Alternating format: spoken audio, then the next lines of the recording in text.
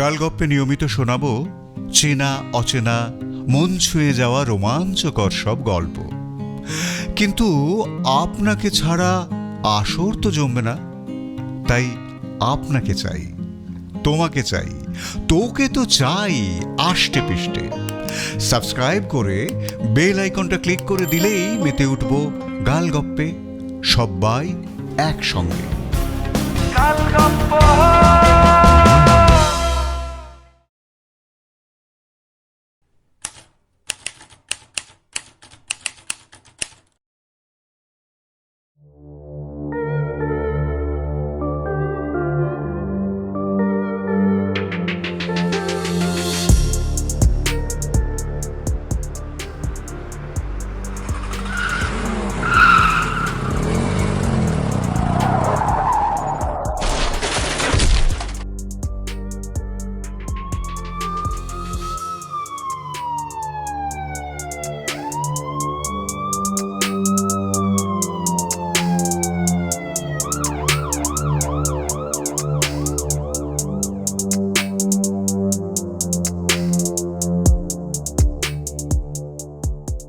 আশ্চর্য, আমি অবাক হয়ে যাচ্ছি। এত বড় একটা ঘটনা তুমি আমাকেও বলবার প্রয়োজন বোধ করনি। খুব লায়েক হয়ে গেছো, তাই না? ওই অফিসারটাই তো আমাকে বারণ করেছিল, বলেছিল কথাটা কেউ যেন না জানে, তাতে তদন্তের ক্ষতি হবে। অফিসার ভালো লোক বলে এখনো পর্যন্ত মারা পড়িসনি, কিন্তু ক্যারিয়ারটার 12টা বাজিয়ে ফেললি, তা আমি বেশ ভালোই বুঝতে পারছি। নিজের পায়ে নিজে কুড়ুলটা মারলি। কথায় বলে না, বাঘে ছুলে 18 ঘা আর পুলিশ ছুলে 36 ঘা। নন্দবাবু এখনো পর্যন্ত কিছু জানেন না, তার কানে কথাটা উঠলে কি হবে আমি জানি না। আচ্ছা হিরেনদা, আমি যা করেছি সেটা কি অন্যায় বলে মনে হয় আপনার? এটা ন্যায় অন্যায় নয় কাবেরী, কথাটা তোর ভবিষ্যৎ নিয়ে। কোথাকার জল কোথায় গিয়ে গড়াবে তুই জানিস না। নন্দবাবু কিছু বললে ক্লাব ছেড়ে দেব? ছেড়ে দিয়ে কি করবি? ছেড়ে দিয়ে কি করবি? অন্য ক্লাবে যাবি? সেরম হলে তাই যাব। সেখানে হয়তো আপনার মতো কোচ পাবো না, টাকাও হয়তো কিছু কমই পাবো। কোনো ক্লাবই তোকে নেবে না। এসব উটকো ঝামেলায় কোনো ক্লাবই জোটাতে চাইবে না, বুঝলি? কি ভাবিস নিজেকে তুই? কি ভাবিস খুব বড় প্লেয়ার হয়ে গেছিস? হ্যাঁ, যেখানেই যাবি তোকে লুফে নেবে। অফিসার আমাকে কখন থানায় যেতে বলেছে? এখনই যা। যে কথাগুলো বললাম মনে রাখবি। আমি অফিসারকে কিন্তু বলে রেখেছি তোর দৃষ্টি বিভ্রমের একটা অসুখ আছে, সেই ছোটবেলা থেকে। কথাটা মাথায় রাখবি। কিন্তু আমি যা দেখেছি সেটাই তো ঘটেছে। অফিসার এখন আমার কথা বিশ্বাস করবে কেন? আরে বাবা, কাকতালীয় ভাবে অনেক কিছুই মিলে যেতে পারে। আর যদি বিশ্বাস নাও করে, বলবি কবে কি কোথায় দেখেছিস তোর মনে নেই, মনে করতে পারছিস না, মিটে গেল। একটা জলজ্যান্ত মিথ্যে কথা বলবো? সত্যবাদী যুধিষ্ঠির হিসাবে তোমাকে কেউ রেকগনাইজ করেনি। লোকে তোমাকে রেকগনাইজ করেছে একজন প্লেয়ার হিসাবে। 3 কাঠির মধ্যে দিয়ে বলটাকে ঠেলে জালে জড়িয়ে দেওয়াই তোমার একমাত্র লক্ষ্য। হ্যাঁ, ওটাই তোমার একমাত্র গোল। নিজে জালে জড়িয়ে পড়ো না। পুলিশের কাজ পুলিশ করুক, তোমার কাজ তুমি করো। আর যদি মনে করো কলকাতার পাট চুকিয়ে গড়ান খোলার স্কুলের মাঠে গিয়ে ফুটবল খেলবে, তাহলে যা ইচ্ছা তাই করো। আমার আর কিছু বলার ইচ্ছা নেই, করারও ইচ্ছা নেই।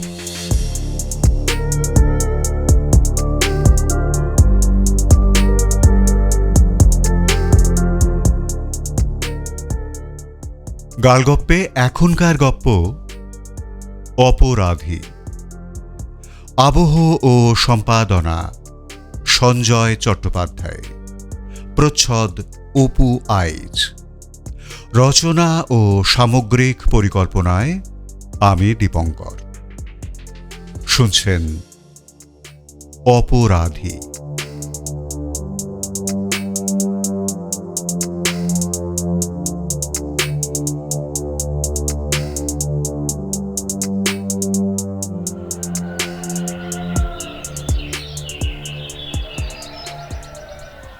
হরিপাল স্টেশন থেকে 7 কিলোমিটার দূরে গড়ানখোলা গ্রামটা বেশ নিরিবিলি।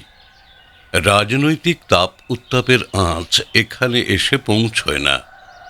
চুরি চামারি কিংবা মনে রাখার মতো কোনো অপরাধ এ গ্রামে কখনো ঘটেছিল কিনা গ্রামের লোকেরা তা মনে করতে পারে না। সম্ভবত সেই কারণেই বোধহয় হরিপাল থানার নতুন অফিসার ইনচার্জ চয়ন রুদ্র এই গ্রামেরই গুহদের বাড়িতে বাসা নিয়েছে। হরিপাল থানায় বর্তমানে একটাই কোয়ার্টার। থানার সেকেন্ড অফিসার বউ বাচ্চা নিয়ে সেখানেই থাকেন।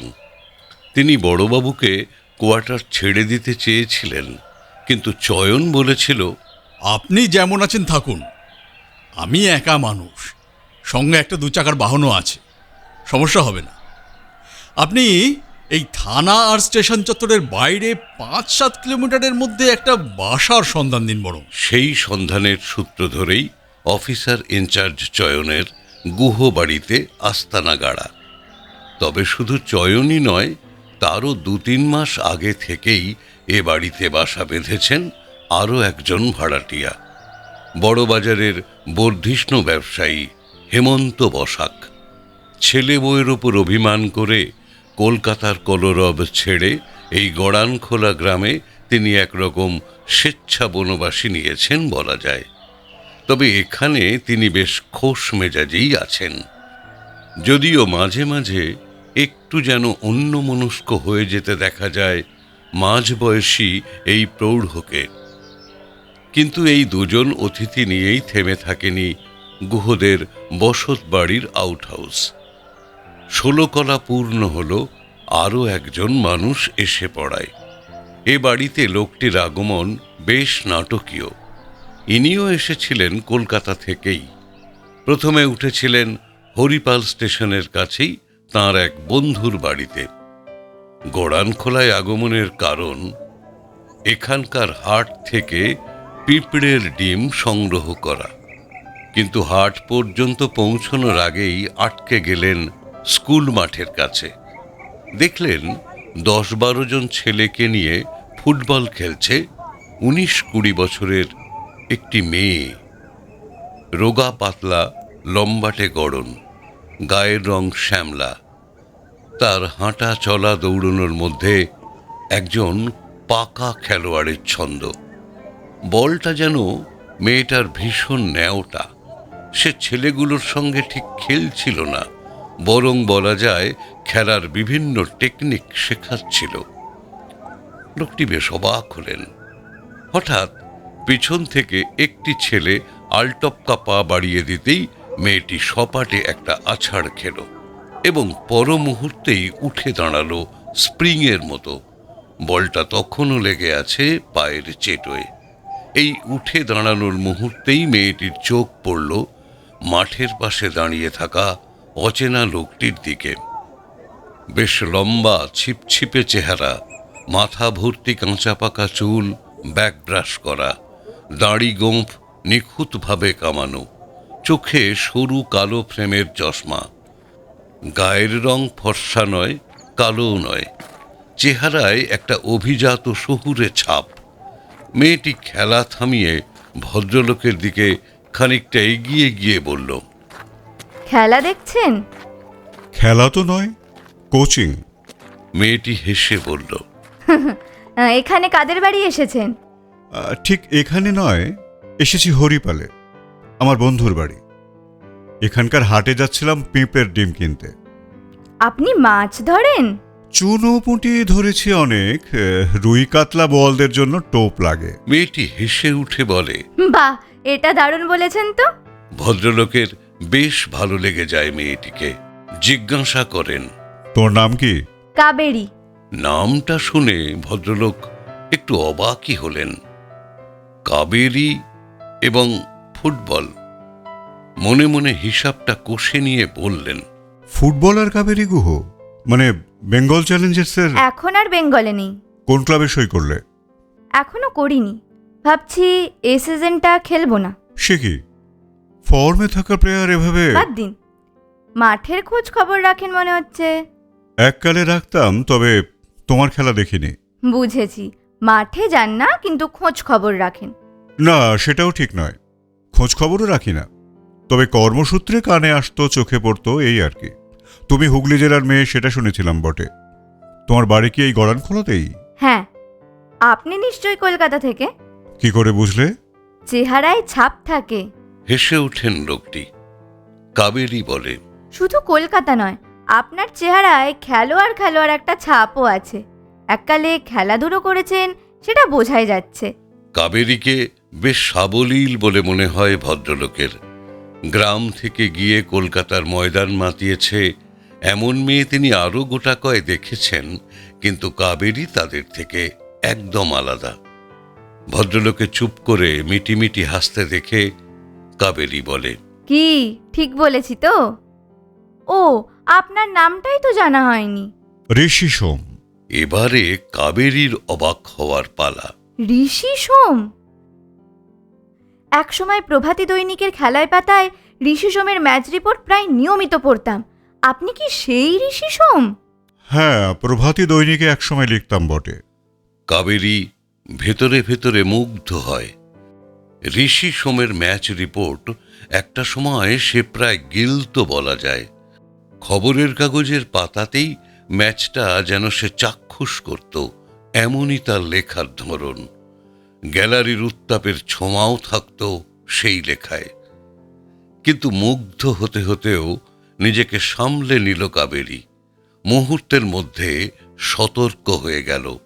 বলল, আপনি সত্যিই শুধু পিঁপড়ের ডিম কিনতে এখানে এসেছেন? হ্যাঁ, তাছাড়া আর এখানে আমার কি কাজ? আর হরিপালে বন্ধুর বাড়িতে এসেছেন মাছ ধরতে? না, তা ঠিক নয়, উদ্দেশ্যটা অন্য। খবর সংগ্রহ করা? খবরের কারবার ছেড়ে দিয়েছে অনেকদিন, তবে লেখালেখির কাজ নিয়েই এসেছে। একটু নিরিবিলি দরকার ছিল, তাই হরিপালে আসা। কাবেরী আশ্বস্ত হল।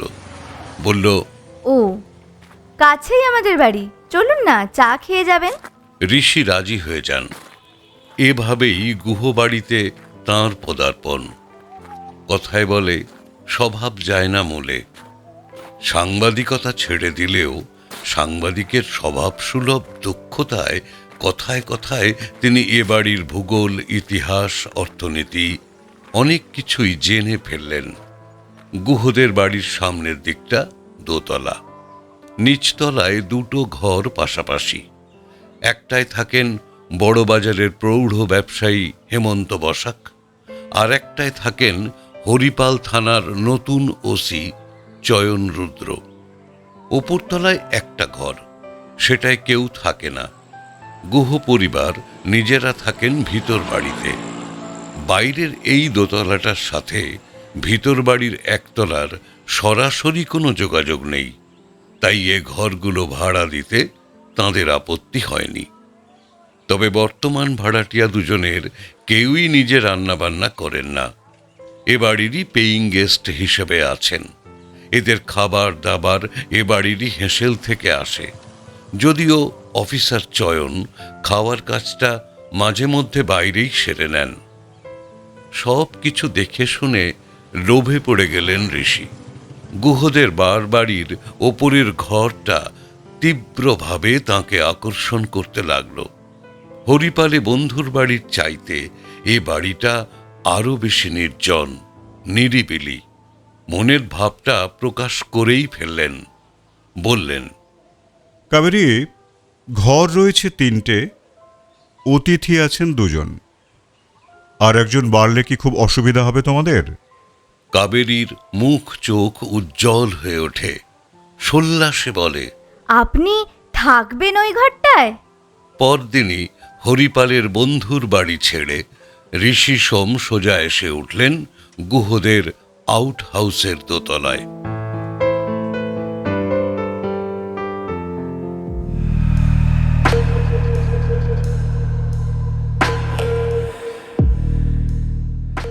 এই ঘটনার ঠিক 1.5 মাসের মাথায় অকস্মাৎ দুর্ঘটনাটা ঘটে গেল। গড়ানখোলার মানুষ এমন ঘটনা আগে কখনো চাক্ষুষ করেনি।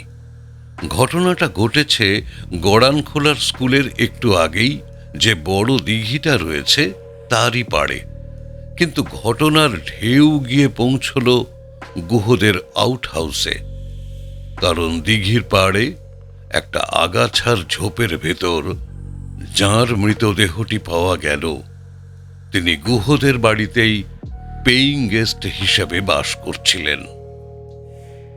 গুহবাড়ির 3 পেইং গেস্টের মধ্যে খুব একটা মাখো মাখো সম্পর্ক না থাকলেও 3 জনের মধ্যে ঘনিষ্ঠতা বা শিষ্টাচারের অভাব ছিল না। এদের মধ্যে সর্বকনিষ্ঠ অফিসার ইনচার্জ চয়ন রুদ্র। পুলিশে কাজ করলেও গড়পড়তা পুলিশের থেকে একটু আলাদা। হেমন্ত বসাকের থেকে ঋষি সোমের প্রতি তাঁর আকর্ষণ ছিল বেশি। ব্যবসায়ী হেমন্ত বসাক এবং সাংবাদিক ঋষি সোম দুজনেই প্রায় সমবয়সী হলেও শরীর স্বাস্থ্যের দিক থেকে ঋষি সোম অনেক বেশি টানটান এবং শক্ত সমর্থ। তবে হেমন্ত বসাকও একেবারে যুবথুবু নন। ঋষি সোম তাঁর অন্য 2 সহ আবাসিকের প্রতি সমান কৌতূহলী ছিলেন। আবার হেমন্ত বসাক কারোর প্রতি খুব একটা মনোযোগী নন। তবে কাবেরীকে কম বেশি 3 জনেই পছন্দ করতেন এবং এক্ষেত্রে হেমন্ত বসাকের মনোযোগটা বোধহয় একটু বেশিই ছিল। কারণ একদিন তিনি কথায় কথায় ঋষি সোমকে বলেছিলেন, আচ্ছা, এই মেয়েটার ফুটবল খেলা আপনি দেখেছেন? কাবেরীর কথা বলছেন? হ্যাঁ। না, দেখিনি, তবে শুনেছি ভালো খেলে, নাম আছে। ছেড়ে দিল কেন বলুন তো? প্রতিভাবানদের মধ্যে অনেকেই বেশ খেয়ালি হয়, তাদের মতিগতি বোঝা দায়। একটা জিনিস খেয়াল করেছেন? কি জিনিস?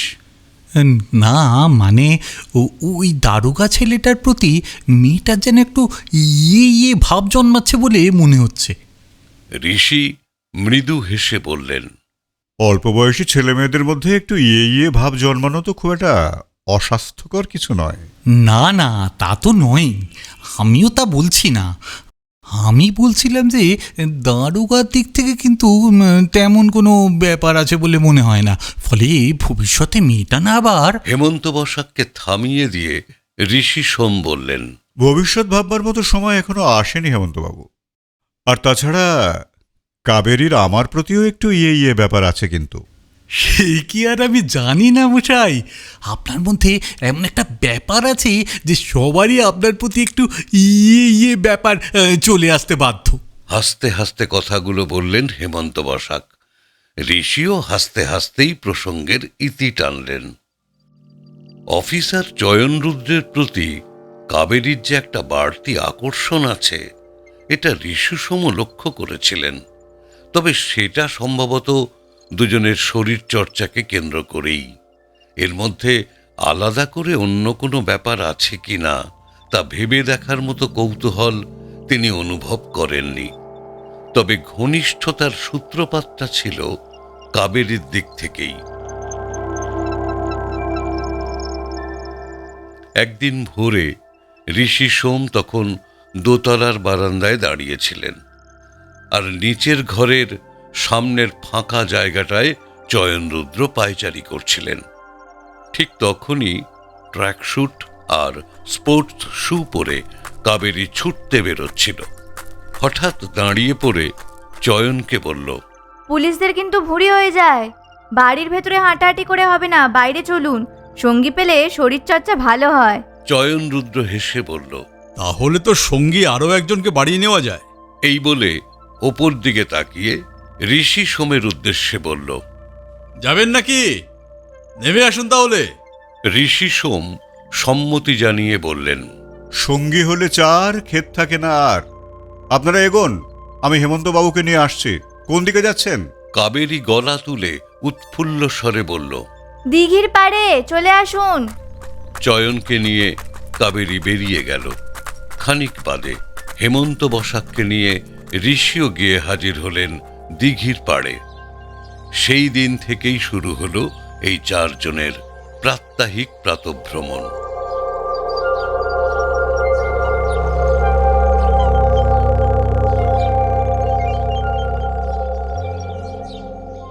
এই দিঘির পাড় জায়গাটা বেশ মনোরম। বিশাল ডিম্বাকৃতি দিঘি, তার পাড় ধরে তাল খেজুরের সারি। দিঘি ঘিরে চওড়া হাঁটার রাস্তা, রাস্তার আরেক পাশে জামরুল ফলসা গাছের বাগান। তার ডাল পাতার ভেতর দিয়ে ভোরের সূর্য ছিঁড়ে ছিঁড়ে ছড়িয়ে পড়ে থাকে দিঘি পাড়ের পথের উপর। মাঝে মধ্যে এদিকে সেদিকে সবুজ ঘাসে ছাওয়া উঁচু ঢিবির মতো জায়গাও রয়েছে। প্রয়োজনে সেখানে বসে দুদণ্ড জিরিয়েও নেওয়া যায়। এই প্রাকৃতিক পার্কের ভেতর প্রাতঃভ্রমণ করতে মন্দ লাগে না ঋষি সোমের। কাবেরী আর চয়ন দিঘিটাকে পাক খেয়ে দৌড়তে থাকে। হেমন্ত আর ঋষি টুকটুক করে হাঁটতে থাকেন। কখনো কখনো ঘাস বিছানো সবুজ ঢিবির ওপর বসে উষার মৌতাত গায়ে মাখতে থাকেন। শরীর চর্চা সমাপ্ত করে চয়ন আর কাবেরীও এসে পড়ে ওদের পাশে। উষাকালে দিঘি পাড়ের এই উদ্যানে ঘর্মাক্ত কলেবরে ছেলে মেয়ে দুটি যেন সুরলোকের গন্ধর্ব হয়ে ধরা দেয় ঋষির চোখে। এভাবেই গড়িয়ে যাচ্ছিল গড়ান খোলার দিনগুলো। কিন্তু হঠাৎই একদিন সুরলোকের তাল কাটল, সমে পড়ল বাধা, কেঁপে উঠল দিঘির নিস্তরঙ্গ জল, নড়ে উঠল গড়ান খোলা।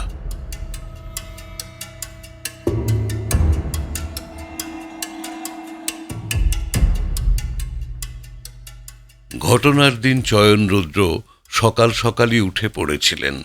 সূর্যের আলো সবে ফুটতে শুরু করেছে। ভিতর বাড়ি থেকে কাবেরী বেরিয়ে এলো অন্য দিনের তুলনায় একটু দেরি করে।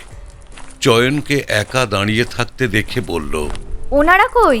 হেমন্তবাবুর দরজা তো বাইরে থেকে বন্ধ দেখতে পাচ্ছি, ওপরেও তো কোনো সারা শব্দ পাচ্ছি না। ওরা বোধহয় আগেই বেরিয়ে গেছে। কাবেরী আর চয়ন দিঘির পাড়ের দিকে হাঁটা লাগালো। কিন্তু সেখানে পৌঁছে হেমন্ত বসাক বা ঋষি সোম কাউকেই দেখতে পেল না। হয়তো অন্য কোথাও গেছেন ভেবে ওরা সামান্য জগিং করে প্রতিদিনের মতো দিঘির পাড় ধরে দৌড়তে লাগলো। আগে আগে চয়ন, পিছনে কাবেরী। চয়ন দৌড়চ্ছিল ডান দিক ঘেঁষে। দিঘিটা ওদের ডান দিকেই, বাঁ দিকটায় জামরুলের বাগান। দৌড়নোর গতি খুব একটা বেশি ছিল না। দিঘির শেষ মাথায় পৌঁছে বাঁক ঘোরার ঠিক আগেই কাবেরীর ছোটার গতি হঠাৎই কমে এলো। একটা তাল গাছ আর খেজুর গাছের ঠিক মাঝখানে ছোট একটা ঝাঁকড়া ডুমুর গাছ আছে। তার নিচে জংলি ঝোপের ওপর জলের কোল ঘেঁষে একটা লোক পড়ে আছে। কাবেরী চেঁচিয়ে চয়নকে থামতে বলে। দাঁড়ান, এখানে কি একজন? কথা শেষ হওয়ার আগেই কাবেরী এগিয়ে এসেছে লোকটির দিকে এবং তারপরেই তার কথা বন্ধ হয়ে গেছে। বিস্ফারিত চোখে তাকিয়ে দেখে ঝোপের উপর পড়ে আছেন তাদেরই বাড়ির পেইং গেস্ট হেমন্ত বসাক। এক লাফে ডুমুর গাছটার কাছে গিয়ে পড়ল কাবেরী। মুহূর্তের মধ্যে অফিসার ইনচার্জ চয়ন রুদ্র তার হাতটা চেপে ধরে তাকে থামালো। চয়নের অভিজ্ঞ চোখ বুঝে নিয়েছে হেমন্ত বসাকের দেহে আর প্রাণ নেই।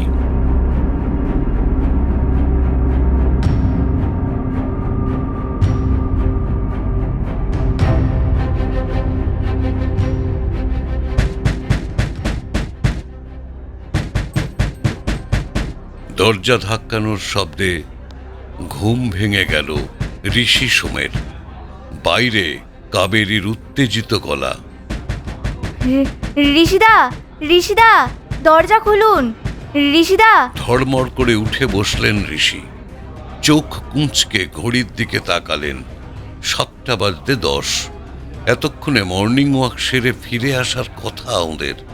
বিছানা ছেড়ে দরজা খুললেন।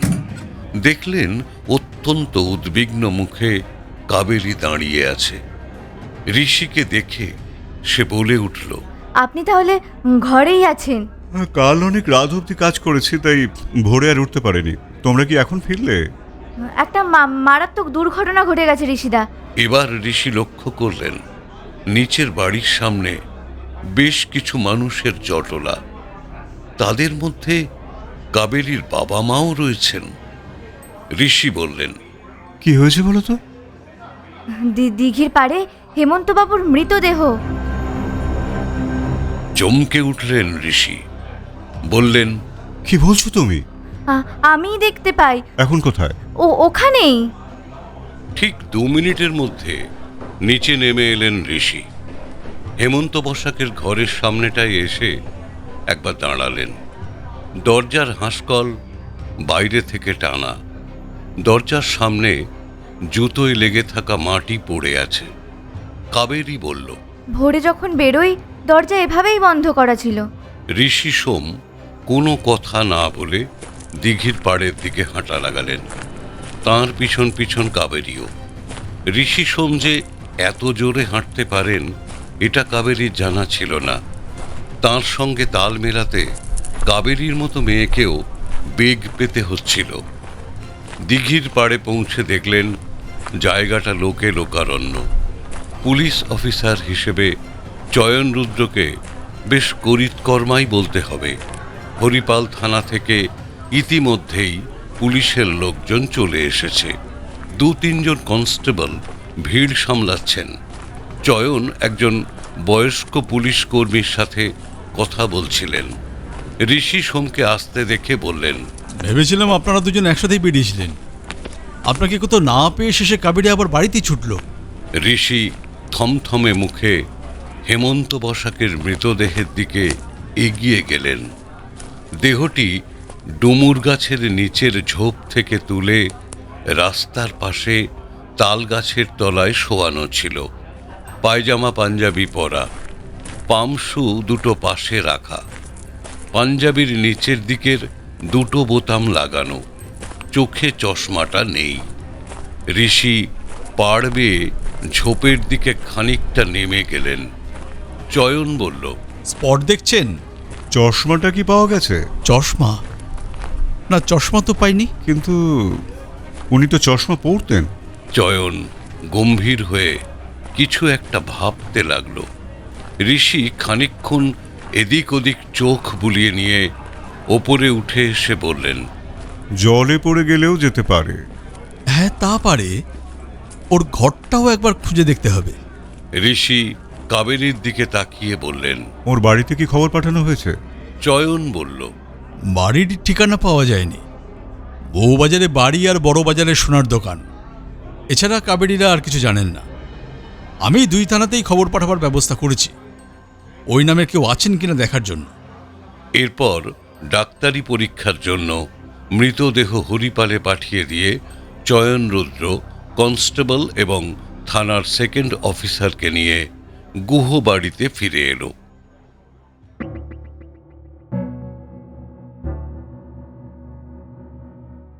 চয়ন হেমন্ত বসাকের ঘরের সামনে দাঁড়িয়ে বলল, আগে আমি একা একবার ঢুকে একটু চোখ বুলিয়ে নিই। হাঁসকল টেনে দরজা খুলে ভেতরে ঢুকল।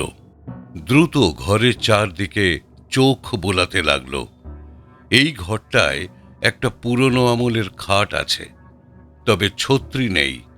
সিংহের পায়ের মতো পায়া, বাজুর ওপর দিকের চারপাশে 4টে ঘটের মতো।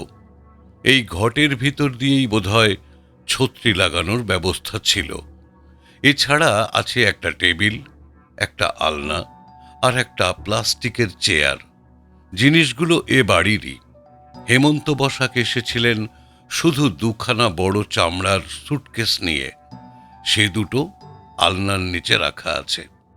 চয়ন রুদ্র এবার উবু হয়ে বসে ঘরের মেঝের উপর তীক্ষ্ণ দৃষ্টি বুলিয়ে নিল। তারপর উঠে দাঁড়িয়ে 2nd অফিসার, কাবেরীর বাবা এবং ঋষি সোমকে ডেকে নিল। ঋষি কিছুক্ষণ দরজার কাছে দাঁড়িয়ে রইলেন।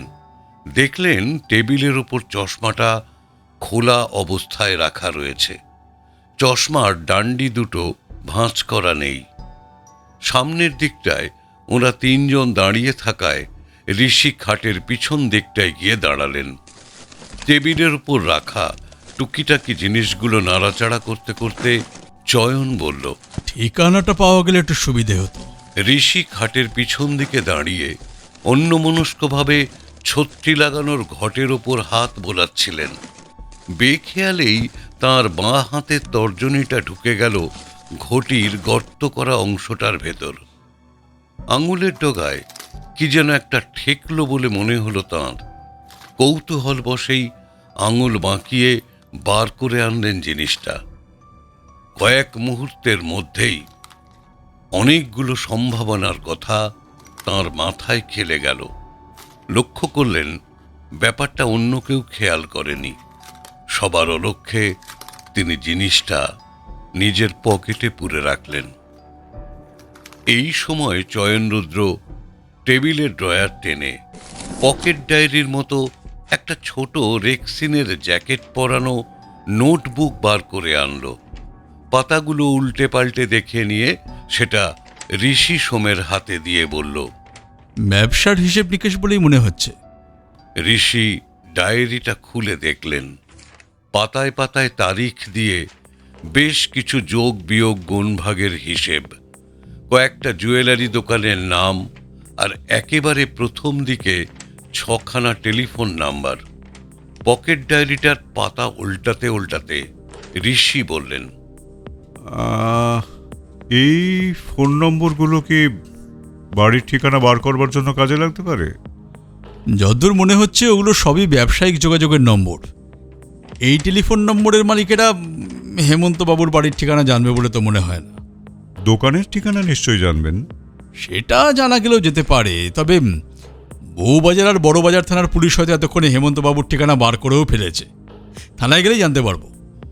হঠাৎ ঋষি সোমের চোখ আটকে গেল ডায়েরির শেষ দুটো পাতার আগে একটা পাতায়, পেন দিয়ে গোল করা। তার মধ্যে লেখা রয়েছে বেঙ্গল চ্যালেঞ্জার্স, তার তলায় হীরেন বসু। ঋষি বেশ অবাক হলেন। হীরেন বসু নামটা ঋষি সোমের পরিচিত, বিখ্যাত ফুটবল কোচ। তবে তিনি এখন বেঙ্গল চ্যালেঞ্জার্সে আছেন কিনা তা ঋষির জানা নেই। কিন্তু সে যাই হোক, এসবের সঙ্গে হেমন্তবাবুর কি কানেকশন? তাঁর পকেট বুকে এই নামগুলো কেন? চয়নকে এ বিষয়ে তিনি এক্ষুনি কিছু বললেন না। পকেট ডায়েরিটাকে চয়ন বিশেষ গুরুত্ব দিতে চাইছেন না বুঝে তিনি সেটা নিজের কাছেই রেখে দিলেন। এরপর হেমন্ত বসাকের চামড়ার সুটকেস দুটো খোলা হলো। তার ভেতর থেকেও যাকে বলে ক্লু তেমন কিছুই পাওয়া গেল না। মামুলি জিনিসপত্র, জামা কাপড়, একটা ছাতা, সেন্টের শিশি, দাড়ি কামানোর সাবান, একটা নতুন ফোল্ডিং ছোট ছুরি, একটা নতুন ক্যালেন্ডার, ইংরাজি বাংলা তারিখ লেখা। এক পাতার নিচে লেখা সাহা এম্পোরিয়াম, আর একটা পুরনো খবরের কাগজ। তার হেডিংটার ওপর চয়নরুদ্র একবার চোখ বুলিয়ে নিল, সড়ক দুর্ঘটনায় মন্ত্রীর মৃত্যু। জিনিসগুলো আবার বাক্সে ভরে ফেলা হলো। চয়নরুদ্র কাবেরীর বাবাকে বলল, ঘরটা তালা লাগিয়ে দিন, আমি এখন থানায় যাচ্ছি, ফিরে এসে আপনাদের সাথে কথা বলবো। সেকেন্ড অফিসার কনস্টেবল দুজনকে নিয়ে থানার গাড়িতে উঠলেন। চয়নরুদ্র তার বাইকে কিক করল। বাইক গম গম করে গর্জে উঠল।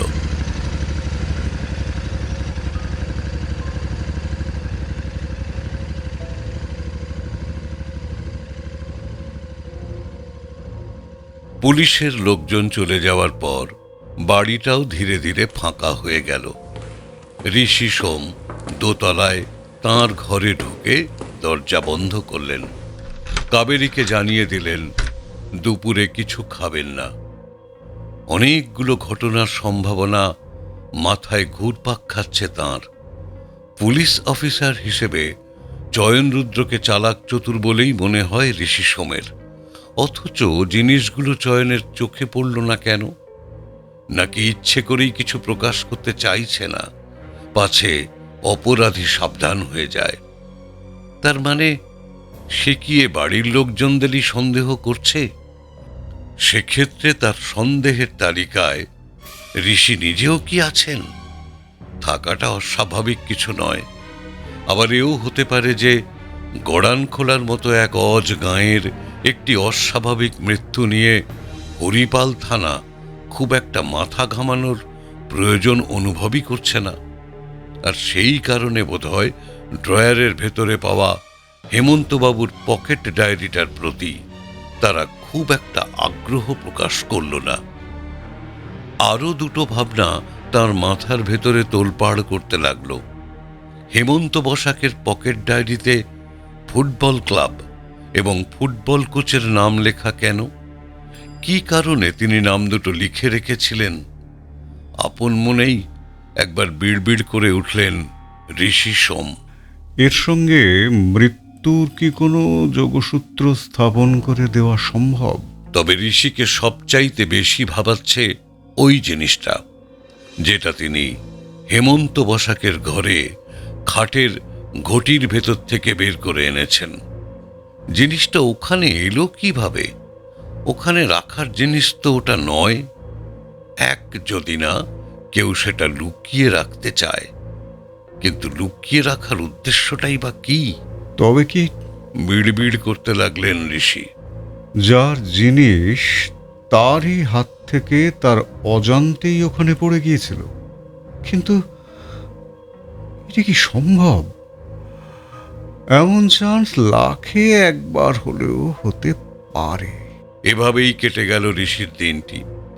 সন্ধে নাগাদ কড়া নাড়ার আওয়াজ শুনে দরজা খুলে দেখলেন কাবেরী হাঁসের ডিমের অমলেট আর এক কাপ চা নিয়ে দাঁড়িয়ে আছে। বলল, সারাদিন তো কিছু খাননি, এটা খেয়ে নিন। ঋষি আপত্তি করলেন না।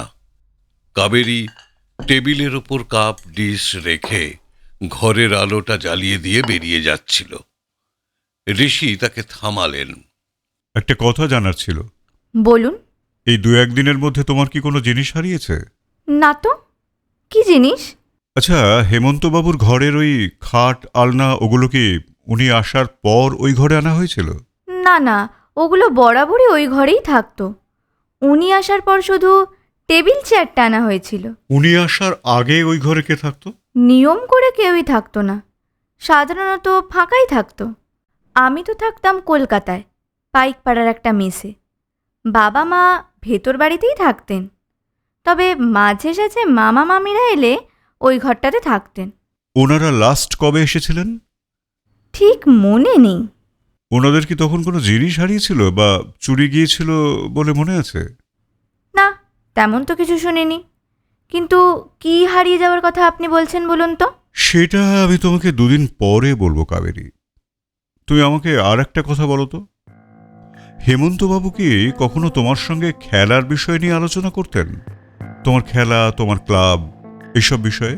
আপনার সঙ্গে ছাড়া ও বিষয়ে আর কারো সাথেই আমার কোনো সেভাবে আলোচনা হয় না। আর তাছাড়া ফুটবল কিংবা খেলাধুলোর ব্যাপারে হেমন্তবাবুর খুব একটা ইন্টারেস্ট ছিল বলে আমার মনে হয় না। তার চাইতে বরং... কথাটা অসমাপ্ত রেখে চুপ করে গেল কাবেরী। ঋষি ওর মুখের দিকে জিজ্ঞাসু দৃষ্টিতে তাকালেন। কাবেরী বলল, আমার ব্যক্তিগত ব্যাপারেই ওনার ইন্টারেস্ট ছিল বেশি, যেটা আমার একদমই পছন্দ হতো না। তবে তার মানে এই নয় যে ওনার এভাবে মৃত্যুতে আমি খুব খুশি হয়েছি। আমি তো ভেবেই পাচ্ছি না যে কি এমন দরকার পড়লো যে উনি কাউকে কিছু না বলে তাড়াহুড়ো করে দিঘির পাড়ে চলে গেলেন। একা তো হাঁটতে যান না কোনোদিন। তাড়াহুড়ো করে গিয়েছিলেন এটা বলছো কেন? চশমার ব্যাপারটা তো আপনিই বলেছিলেন। চশমা তো সবসময় ওর চোখেই থাকতো। চশমা না পরে বেরিয়ে পড়েছিল মানে নিশ্চয়ই কোনো তাড়া ছিল। চশমাটা উনি কিন্তু পরেই ছিলেন। মানে? বিছানা থেকে উঠে উনি চশমাটা পরে নিয়েছিলেন। তারপর কোনো কারণে বাইরে যাওয়ার প্রয়োজন পড়ায় পাঞ্জাবিটা গলিয়ে নেন। সেই সময় চশমাটা খুলে টেবিলের ওপর রাখেন, কিন্তু তাড়াহুড়োতেই হয়তো আর সেটা চোখে দেওয়া হয়নি। তা হতে পারে। হতে পারে নয়, এটাই হয়েছে। চশমাটা টেবিলের ওপর ডান্ডি দুটো সোজা অবস্থায় খুলে রাখা ছিল। এইভাবে তখনই একজন চশমা খুলে রাখে যখন সে চশমাটা সাময়িকভাবে খুলছে, পরে আবার পরে নেবে বলে। আপনি কিন্তু গল্পের গোয়েন্দাদের মতো কথা বলছেন। চোখের সামনে যা দেখতে পাচ্ছ সেগুলোর ভেতর দিয়েই ঠিক আগের ঘটে যাওয়া ঘটনাটাকে বুঝে নেওয়ার দক্ষতা না থাকলে একজন সাংবাদিক কখনোই ভালো স্টোরি তৈরি করতে পারেন না। এই যেমন ধরো, অন্যান্য দিনগুলোতে তোমার বডি ল্যাঙ্গুয়েজ যেমনটা থাকে, আজ কিন্তু ঠিক তেমনটা নেই। এর পিছনের গল্পটা হচ্ছে বাড়িতে একটা দুর্ঘটনা ঘটে যাওয়া। আচ্ছা, হিরেন বসু কি এখন বেঙ্গল চ্যালেঞ্জার্সেই আছেন? এমন হঠাৎ করেই প্রশ্নটা করলেন ঋষি যে কাবেরী ঠিক যেন বুঝে উঠতে পারল না। বলল, কে? হিরেন বসু এখন বেঙ্গল চ্যালেঞ্জার্সে আছেন? হ্যাঁ, এখন বেঙ্গলেই আছেন। তোমার সঙ্গে ওনার সম্পর্ক কেমন ছিল? কাবেরী এবার ভিতরে ভিতরে সতর্ক হলো। বলল, টিমের কোচের সাথে টিমের একজন প্লেয়ারের যেমন সম্পর্ক থাকার কথা তেমনই ছিল। আপনার চা অমলেট সব কিন্তু ঠান্ডা হয়ে গেল দাদা। আর কোনো কথা না বলে ঋষি চায়ের কাপে চুমুক দিলেন।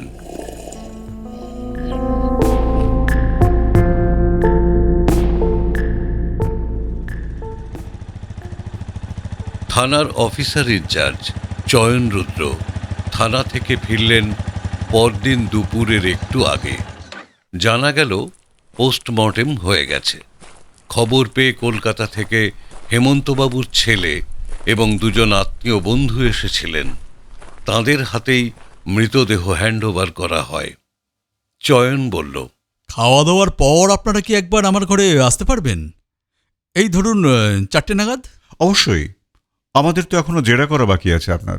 চয়ন হেসে বলল, ঠিক, আমার গায়ে তো পুলিশের স্ট্যাম্প পড়ে গেছে, তাই আমি কিছু জানতে চাইলেই সেটাকে জেরা অথবা জিজ্ঞাসাবাদ বলেই গণ্য করা হবে। তবে আমার তরফ থেকেও কিছু ইন্টারেস্টিং খবর দেওয়ার আছে।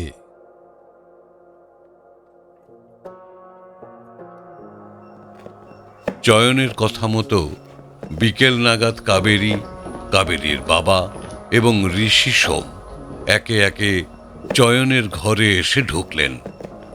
খানিক বাদে 4 কাপ চা নিয়ে ঘরে এলেন কাবেরীর মা। কাবেরী চায়ের কাপগুলো সবার দিকে এগিয়ে দিল। ঋষি চায়ে চুমুক দিলেন। চয়ন বলল, খবরগুলো আপনাদের দেওয়ার আগে কয়েকটা কথা একটু জেনে নিই। কাবেরীর বাবার দিকে তাকিয়ে বলল, রাতে শুয়ে পড়ার পর আপনাদের কি আর ওঠার অভ্যাস আছে? কাবেরী আর ওর মা তো শুয়ে পড়লেই ঘুমিয়ে কাদা, আর কোনো হুঁশ থাকে না। এক ঘুমেই রাত কাবার। তবে আমার 12 ওঠার অভ্যেস আছে। মাঝরাতের পর বাড়ির এদিক থেকে কোনো অস্বাভাবিক শব্দ টব্দ বা কারো কোনো কথাবার্তার আওয়াজ কিছু শুনেছিলেন? না, তেমন কিছু তো কানে আসেনি। আচ্ছা মিস্টার সোম, আপনি তো সেদিন অনেক রাত অবধি কাজ করেছিলেন, যার ফলে পরদিন ভোরে আর বেরোতেই পারলেন না। হ্যাঁ, শুতে গিয়েছিলাম 2:30-এর পর। চয়ন এবার সামনের দিকে একটু ঝুঁকে পড়ে বলল, আপনি অস্বাভাবিক কিছু শোনেননি? একটু মনে করে দেখুন তো, শুনেছিলেন অথচ গুরুত্ব দেননি এমন কিছু? ঋষি চায়ে চুমুক দিয়ে বললেন, সত্যি বলতে কি, আমি নিজের লেখা নিয়ে এতটাই ইনভলভ ছিলাম যে তেমন শব্দটব্দ হয়ে থাকলেও সেটা আমার কানে ঢোকেনি। এমনকি অন্যান্য দিন আপনি রাতে ঢুকলে যেমন আপনার বাইকের আওয়াজ পাই, পরশু রাতে আমি কিন্তু সেটাও শুনতে পাইনি। চয়ন হেসে বলল, সেটা অবশ্য শোনবার কথাও নয়। কদিন ধরে বাইকটা একটু প্রবলেম করছে, হঠাৎ হঠাৎ স্টার্ট বন্ধ হয়ে যাচ্ছে, আবার স্টার্ট করতেও সমস্যা হচ্ছে। পরশু এখানে ঢোকার খানিকটা আগেই স্টার্ট বন্ধ হয়ে গেল, আবার কত চেষ্টা করেও আর স্টার্ট করা গেল না। 12টা 12:30 হবে। তখন না আপনার ঘরে আলো জ্বলতে দেখিনি। টিউব নেভানো ছিল, টেবিল ল্যাম্প জ্বালিয়ে কাজ করছিলাম, তাতে কনসেন্ট্রেট করতে সুবিধা হয়। চয়ন এবং ঋষি দুজনেই খানিকক্ষণ নীরবে চায়ে চুমুক দিতে লাগলেন। দুজনেই গভীরভাবে কিছু একটা ভাবছেন। সবাই চুপ করে আছে দেখে কাবেরী বলল, ইন্টারেস্টিং খবরের কথা কি বলছিলেন? চয়ন বেশ স্বাভাবিক ভঙ্গিতেই বলল, হ্যাঁ, প্রথম খবরটা হলো পোস্টমর্টম রিপোর্টে বলা হয়েছে শ্বাসরোধে মৃত্যু হয়েছে। সম্ভবত কেউ গলা টিপে হত্যা করেছে।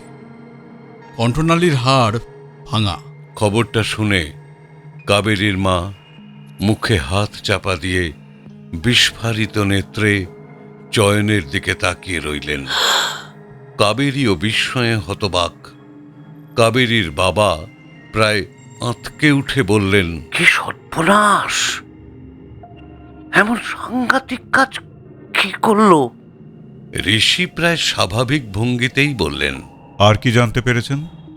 যিনি খুন হয়েছেন তিনি হেমন্ত বসাক নন।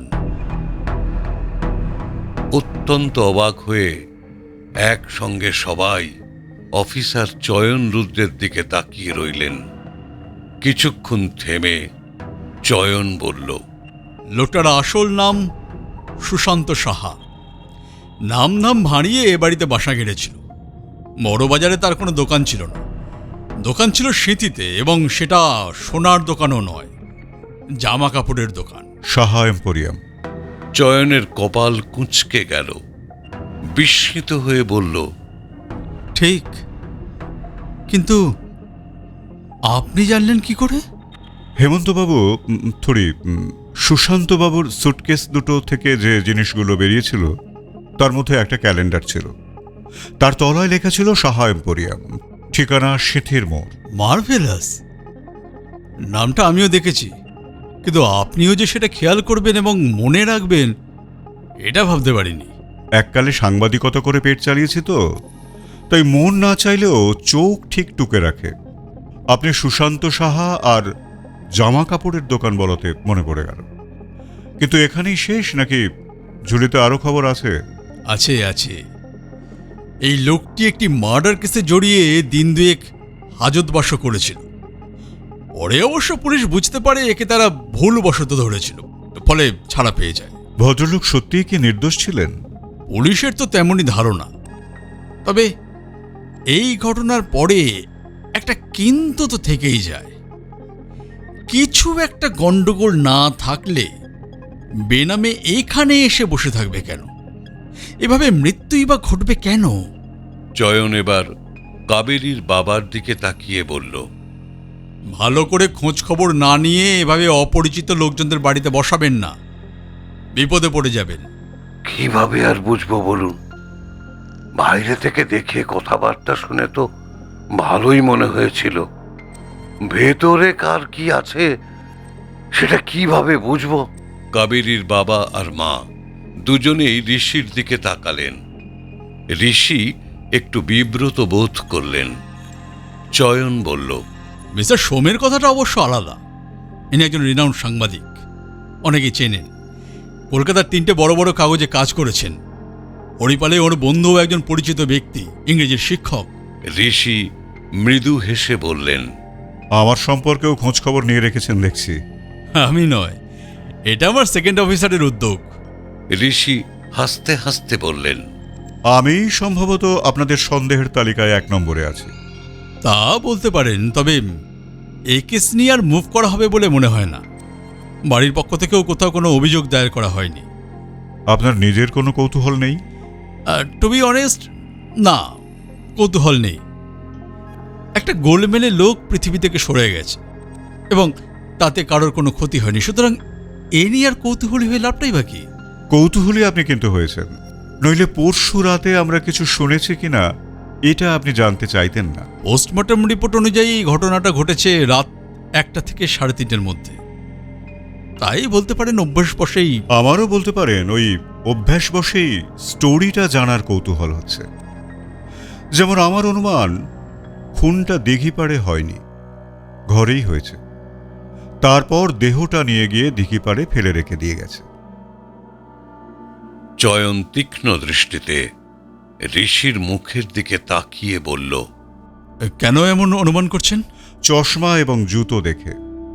উনি যদি হেঁটে দিঘিপাড়ে যেতেন তাহলে শিশিরে ভিজে থাকা ঘাস, মাটি, শুকনো পাতা ওর জুতোর সঙ্গে জড়িয়ে থাকত, যেমন প্রতিদিনই আমরা হাঁটতে বেরোলে আমাদের জুতোয় থাকে।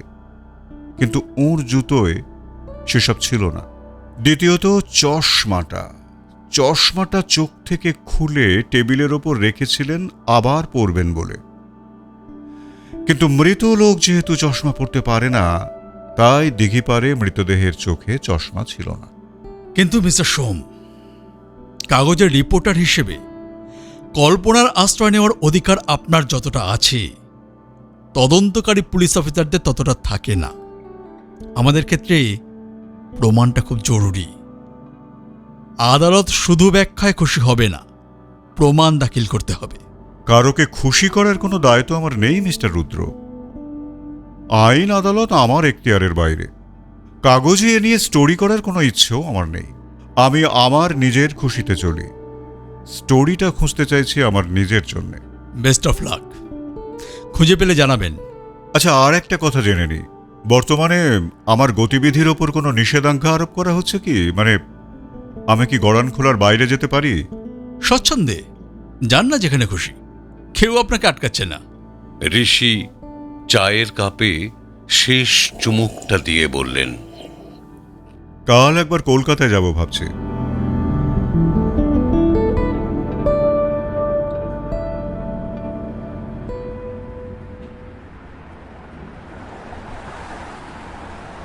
কলকাতায় এসে ঋষি সোম 3 জন পরিচিত ব্যক্তির সঙ্গে দেখা করলেন। এরা হলেন সিঁথি থানার ভারপ্রাপ্ত অফিসার মনোজ সরখেল, তাঁর কলেজ জীবনের সহপাঠী, দিনকাল পত্রিকার চিফ রিপোর্টার অরুণ দাশগুপ্ত, তাঁর এক সময়ের সহকর্মী, এবং বেঙ্গল চ্যালেঞ্জার্স ওম্যান টিমের বর্তমান কোচ হীরেন বসু। এর সঙ্গে প্রথম দুজনের মতো ঘনিষ্ঠতা না থাকলেও হৃদ্যতার সম্পর্কটা এখনো অটুট। ঋষির প্রশ্ন শুনে সিঁথি থানার অফিসার বন্ধু মনোজ সরখেল বললেন, এই তো বললি অবসর নিচ্ছিস, আবার কোন কাগজে জয়েন করলি? কাগজের নয়, এমনি ব্যক্তিগত কৌতূহল। সালা স্বভাব যায় না মূলে, খবরের ঝোঁকঝোঁকানি তোর আর যাবে না। এরপর মনোজ সরখেল বেশ কিছু চিত্তাকর্ষক খবর শোনালেন তাঁর বন্ধু ঋষিকে। পাইকপাড়ার একটা পার্কে দিনগুড়ির ব্যবধানে পরপর 2টো ডেড বডি পাওয়া যায়। প্রথম বডিটা একটা মেয়ের, এই 20-22 বছর বয়স হবে। তাকে ধর্ষণ করার পর গলা টিপে খুন করা হয়েছিল। দ্বিতীয় বডিটা একটা ইয়াং ছেলের, এর বাড়ি ওই পাইকপাড়াতেই। একেও মারা হয় গলা টিপে। আর মেয়েটির বাড়ি? শ্যামবাজারে। কিন্তু ইন্টারেস্টিং ব্যাপারটা কি জানিস? একে পাইকপাড়ার পুলিশ গ্রেপ্তার করেছিল। আর তুই যার কথা বলছিস, সেই হেমন্ত বসাক ওরফে সুশান্ত সাহার নাম এই ছেলেটি জেরার মুখে পুলিশকে জানিয়েছিল। পরে প্রমাণের অভাবে অবশ্য দুজনেই ছাড়া পেয়ে যায়। ছাড়া পাওয়ার পর ছেলেটি খুন হয়? হ্যাঁ। ছেলেটিকে কিসের ভিত্তিতে সন্দেহ করে পুলিশ তুলেছিল বলতো? তা বলতে পারবো না। ছেলেটি জেরার মুখে সুশান্ত সাহার নাম বলেছিল। সেই আক্রোশে সুশান্ত সাহাই ছেলেটিকে খুন করেনি তো? তা বোধহয় নয়। দুজনের সম্পর্ক খুবই ভালো ছিল, ভালো পলিটিক্যাল ক্যাচ আছে। আমার ধারণা ওপর মহলে সুপারিশেই ছাড়া পেয়ে গেছে। কোনটা অন্য কোনো ক্যাচাল থেকে হতে পারে। এদের ঠিকানা তোর কাছে আছে? আমার কাছে নেই, তবে কাগজে পেয়ে যাবি। দিনকাল তো নিয়মিত ডিটেলে ছাপছিল খবরটা। সাসপেক্টরা ছাড়া পাওয়ার পর খবর করা বন্ধ করে দিল।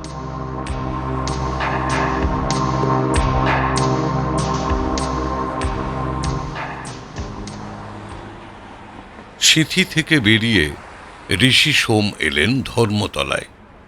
দেখা করলেন তাঁর পুরনো কলিগ দিনকাল পত্রিকার চিফ রিপোর্টার অরুণ সেনগুপ্তের সঙ্গে।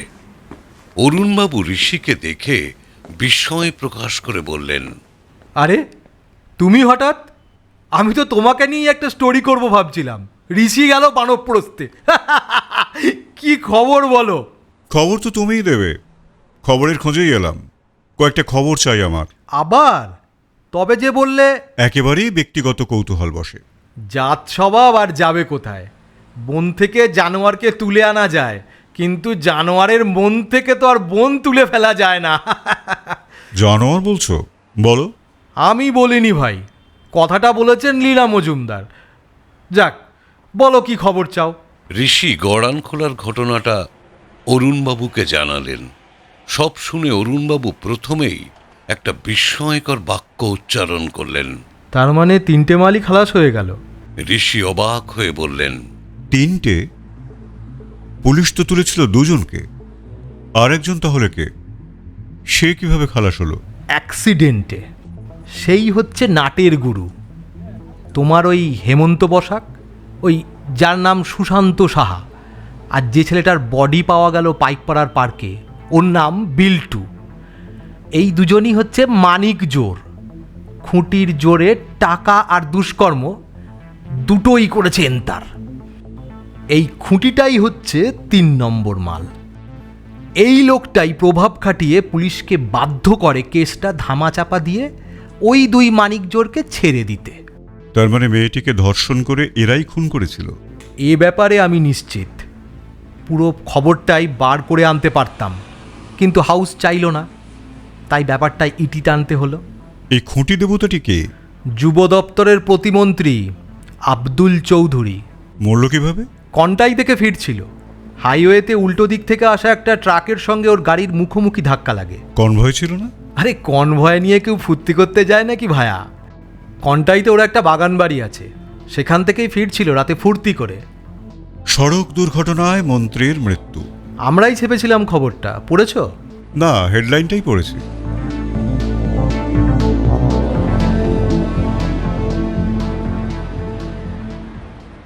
কাগজের অফিস থেকে বেরিয়ে ঋষি সোম ময়দানের দিকে হাঁটতে লাগলেন। ভেবেছিলেন বেঙ্গল চ্যালেঞ্জার্সে গিয়ে কোচ হীরেন বসুর ঠিকানাটা নেবেন, কিন্তু তার আর দরকার হলো না। ক্লাবের তাঁবুতেই তিনি হীরেন বসুকে পেয়ে গেলেন। হীরেন বসু ঋষিকে দেখেই উৎফুল্ল হয়ে বলে উঠলেন, আরে কি ব্যাপার দাদা, আবার মাঠে ফিরলেন নাকি? বহুদিন পর আপনার সঙ্গে দেখা হলো। হ্যাঁ দাদা, বহুদিন বাদে। বর্তমানে আছি আপনার এক প্রিয় শিষ্যার বাড়িতে। কথাটা শুনেই হীরেন বসু চেয়ার ছেড়ে উঠে এলেন। এরপর প্রাক্তন ক্রীড়া সাংবাদিক ঋষি সোম আর বর্তমান ফুটবল কোচ হীরেন বসুর মধ্যে দীর্ঘক্ষণ একান্তে কথা হলো। উঠে আসার সময় ঋষি বললেন, চিন্তা করবেন না হীরেনদা, আমার উপর আস্থা রাখতে পারেন। হীরেন মৃদু স্বরে বললেন, আপনার উপর আমার পুরোপুরি আস্থা আছে দাদা। আসলে মেয়েটা বড্ড জেদি আর অভিমানী। বেঙ্গল চ্যালেঞ্জার্স থেকে বেরিয়ে ঋষি গিয়ে হাজির হলেন শ্যামবাজারে খুন হয়ে যাওয়া ধর্ষিতা মেয়েটির বাড়িতে। কিন্তু সে বাড়িতে এখন তালা ঝুলছে। পাশেই মেয়েটির কাকার বাড়ি। কাকার সঙ্গেই কথা বললেন ঋষি। জানতে পারলেন মেয়েটির বিয়ের কথা চলছিল। মেয়েটিদের সাথে এই কাকার ভালো সম্পর্ক না থাকায় কাকা বিশেষ কিছু জানেন না, তবে তাঁর ধারণা এই বিয়ে ঠিক হয়ে যাওয়ার কারণে বোধহয় মেয়েটির কোনো প্রেমিক মেয়েটির ওপর তার আক্রোশ চরিতার্থ করেছেন। শ্যামবাজার থেকে ঋষি এলেন পাইকপাড়া থানায়। এই থানা এলাকাতেই ঘটনাটা ঘটে। সঙ্গে মনোজ সরখেলের চিঠি এবং নিজের প্রেস কার্ড সঙ্গে থাকায় কথা বলতে সমস্যা হলো না ঋষির। তদন্তকারী অফিসারটি ঋষি সোমকে ব্যক্তিগতভাবে না চিনলেও বেশ খাতির করেই বসালেন। তবে চয়ন রুদ্রকে ইনি খুব ভালো করেই চেনেন। চয়ন রুদ্র বর্তমানে হরিপাল থানার অফিসার ইনচার্জের দায়িত্বে আছেন শুনে বললেন, ওখানে আর ক্রাইম কোথায়? ওর মতো অফিসারের দরকার ছিল আরও টাফ এরিয়ায় থাকার। যেমন ট্যালেন্ট তেমনই মোষের মতো খাটতে পারে। অল্প বয়সেই ওপর মহলে নজর কেটেছে, তবে উন্নতি করতে পারবে না। বড্ড অনেস্ট আর একগুঁয়ে।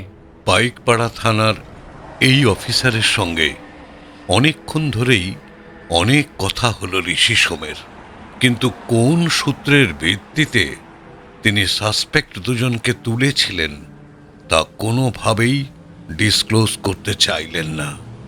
এবং এই কারণেই ঋষি মনে মনে তারিফ করলেন অফিসারের। এরপর ঋষি গেলেন একটি বিশেষ ব্র্যান্ডের সোনার দোকানে। এরা নিজেদের হলমার্ক দিয়ে গয়না বিক্রি করে। কলকাতায় এদের 2টি ব্রাঞ্চ আছে। মনে মনে একটা হিসেব কষে নিয়ে ঋষি প্রথমে নর্থ ক্যালকাটার ব্রাঞ্চটাতেই গেলেন এবং এখানেই তার কাজ মিটে গেল।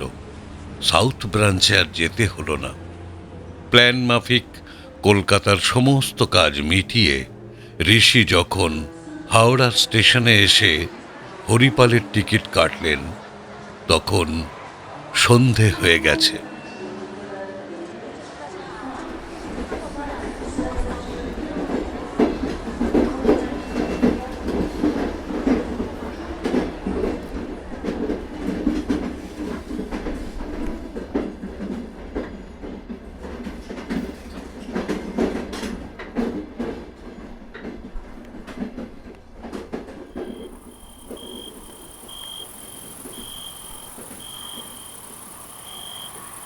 ঋষি যখন গড়ানখোলা এসে পৌঁছলেন, তখন রাত প্রায় 9টা। এমনিতেই এখানকার লোকজন সকাল সকাল ঘুম থেকে ওঠে আর রাতে তাড়াতাড়ি শুয়ে পড়ে। তার উপরে হঠাৎ একটা অভাবনীয় দুর্ঘটনা ঘটে যাওয়ায় আজকাল আরও তাড়াতাড়ি চারদিক শুনশান হয়ে পড়েছে। জনমানব শূন্য দিঘি পাড়ের রাস্তা ধরে ঋষি গুহবাড়ি এসে পৌঁছলেন। পাঁচিল ঘেরা বারবাড়ির সামনের ছোট লোহার গেটটা তালা দেওয়া থাকে না। ছিটকিনির হুক খুলে ঋষি ভিতরে ঢুকলেন। সামনাসামনি হেমন্তবাবুর ঘর। সেদিকে চোখ পড়তেই বুকটা ছ্যাঁত করে উঠল। ঘরের দরজা খোলা। ঘরের ভেতরে কেউ একজন আছে। অন্ধকার ঘরে টর্চের আলো ঘুরছে। ঋষি নিঃশব্দে এগিয়ে গেলেন। দেখলেন ঘরের ভেতর অফিসার চয়ন রুদ্র। বারান্দায় উঠে দরজার সামনে দাঁড়িয়ে ঋষি বললেন, পেলেন? কে? টর্চের আলো পড়ল ঋষির মুখে। পরক্ষণেই আলোটা নিচের দিকে নামিয়ে চয়ন বলল, এখন ফিরলেন? হ্যাঁ, আমি কিন্তু পেয়ে গেছি। কি? ওই যা খুঁজতে বেরিয়েছিলাম, আমার স্টোরি। তাই নাকি? তাহলে তো এখনই শুনতে হয়। আজ নয়, কাল শোনাবো। নায়ক, নায়িকা, ভিলেন, ভিকটিম সবই পেয়ে গেছি। শুধু তাদের কার্যকলাপগুলো একটু সাজিয়ে গুছিয়ে নিতে হবে। এই কাজটা বাকি আছে। চয়ন হেমন্তবাবুর ঘর থেকে বেরিয়ে এসে তালা লাগিয়ে দিল। এই সময় ভিতর বাড়ি থেকে কাবেরী এলো। ঋষিকে দেখে বলল, আপনি এই ফিরলেন? হ্যাঁ কাবেরী, আমাদের মর্নিং ওয়াকটা তো কদিন ধরে বন্ধ হয়ে আছে। কাল থেকে আবার শুরু করা যাক।